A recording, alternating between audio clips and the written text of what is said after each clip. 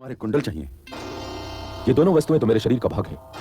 आप मेरे दूसरे अस्त्र शस्त्र ले लीजिए। मुझे और कुछ नहीं चाहिए। मैंने तो सुना है तुम बड़े दानवीर हो। ये जन्मजात कुंडल कवच थे, अंगों के अंग वही काट कर दे दिए अद्भुत दिव्य प्रसंग। हेलो दोस्तों, स्वागत करता हूँ आपको अपने YouTube चैनल न्यूज़.com में। मैं हूँ आपका अपना दोस्त रवि। आप देख रहे हैं महाभारत की कथा। आज की महाभारत की कथा पे हम कर्ण के बारे में बात करने जा रहे हैं। कर्ण यानी कि दानवीर कर्ण। वह तन से समर शूर था, मन से भावुक स्वभाव से दानी।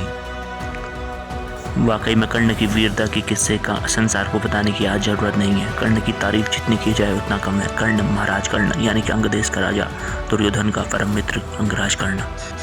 अंगराज कर्ण जैसा वीर न तो धरती में कभी जन्मा था और न कभी जन्मेगा, जिसने अपने कवच कुंडल स्वयं उतार कर देवराज इंद्र को दान कर दिए। दोस्तों, सायंकाल यानी कि शाम के समय पर जब वो सूर्य की अर्घ आराधना करते थे, उस समय कोई भी आता था और दान मांगता था तो कर्ण सहज दान कर देते थे।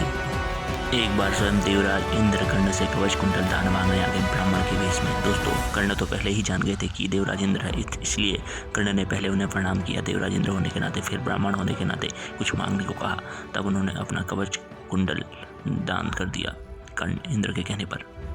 बड़ी विचित्र कथा है दोस्तों। कर्ण को हमेशा सूत पुत्र कहकर दुत्कारा जाने लगा। हमेशा उनका अपमान होता था, परंतु लोगों ने उनसे भी उनके प्राण सब कुछ मांग लिया। वाकई में कल्याण चाहने वाले पुरुष को ऐसा ही करना चाहिए। कर्ण को क्या नहीं मिला? गुरुओं का श्राप, माता कुंती द्वारा अपने पांडवों के प्राणों की रक्षा, कृष्ण द्वारा उनके जन्म का रहस्य बता देना। कर्ण को कमजोर करने का जो साधन था सभी तो ले आए। आखिर कर्ण करता भी तो क्या करता, परंतु कुछ न करके भी कर्ण ने बहुत कुछ वीरता का प्रदर्शन करके संसार को यह दिखला दिया कि कोई भी जाति गोत्र से नहीं होता बड़ा। दुर्योधन ने भले ही ईर्ष्या मिथ्याभिमान से तनकर कर्ण को बुरे लगाया, पर दुर्योधन का मानना था कि वह स्वयं इस जाति प्रथा को नहीं मानता।